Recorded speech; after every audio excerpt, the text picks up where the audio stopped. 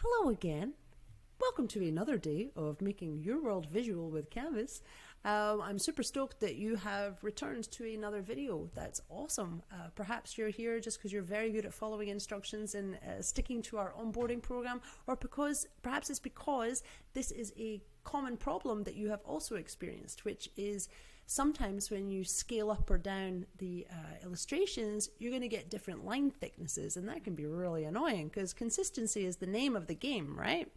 So as you can see in this vignette here, we have a very nice celebratory scene, but these stars on either side are looking pretty out of place because the lines are clearly thicker than the rest, and that's because I've scaled them up. So if we look at this here, if I just make a copy, and in Miro we can look at the original size, you can see that the original size was much smaller and the line thickness is the same as the rest of the assets. But when we scaled it up, it becomes thicker. And you know, maybe we wanted stars to be this big, and if we did, then we can sort that. So let's sort it together. First of all, we come in and we're going to look at the original size. Okay, I'm going to set these side by side. This makes it easier. I'm going to align them at the bottom. This does involve a little bit of maths. I'm sorry, but your maths teacher from days gone by will be very happy that you are still putting into practice some of the teachings that they gave you. We want to understand what percentage is this new illustration against the original. So if I copy this up again, and I know that now this is 200% of the original height, and if I compare it to the height of what we actually want, we can say that this is around about 160%. You know, this is 100, that's about 150, and I'm just going to say it's 160. So I'm going to just put this in here so I don't forget it. And then we're going to come back to Nucleo. We're going to go star, and we're going to come into my original asset, and we're going to right click on it, and we're going to say edit icon. And what we're looking at is this number here. This is the width of the original asset, so it's 359 pixels. And if I come into my calculator, oh look, here's one I made earlier. So 359 times by 160% is 574. So I'm going to drop that in here, 574, and I would press create a copy, but I'm not going to do that because, oh look, here's one I made earlier in one of my 10,000 million botched versions of this tutorial. So I'm going to take this and I'm going to drop this into here, and let me just remove all of this rubbish. And well, let's not delete that one. Let's compare them side by side. But the lines are definitely thicker, and it's pretty much the same size as what we wanted, which is awesome. So I'm going to drop that there. And then I'm going to go back to Nucleo, and what you could also have done is select this new asset, and you go back to edit icon, and let me quickly show you what I mean in Miro.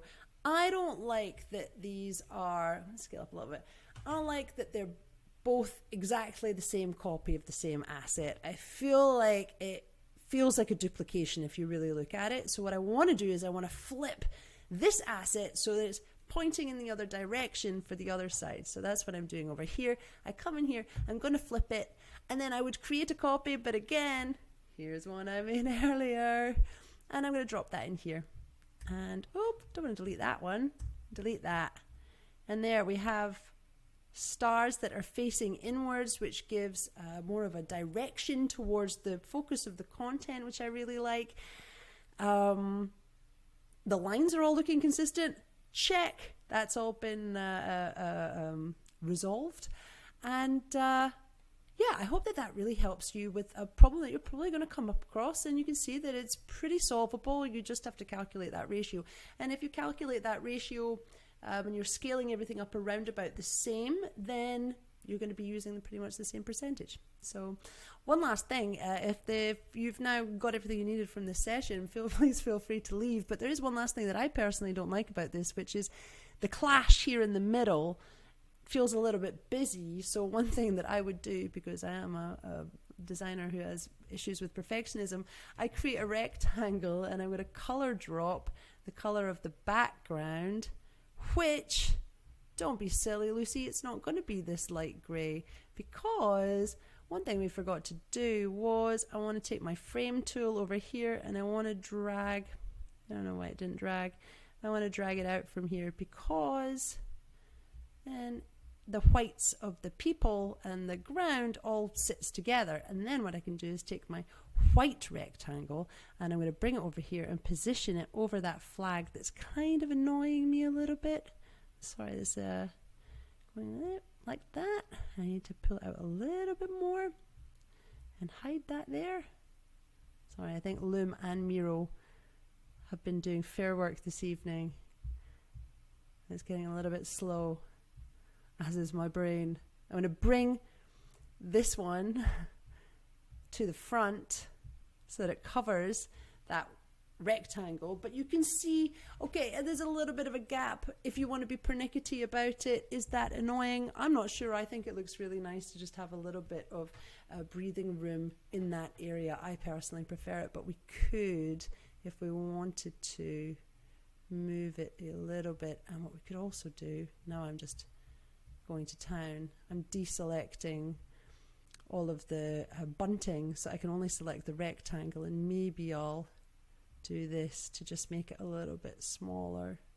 And I think that that's great. There, isn't that great? That looks great. Thank you for joining me for this lesson. Have a beautiful day. Bye.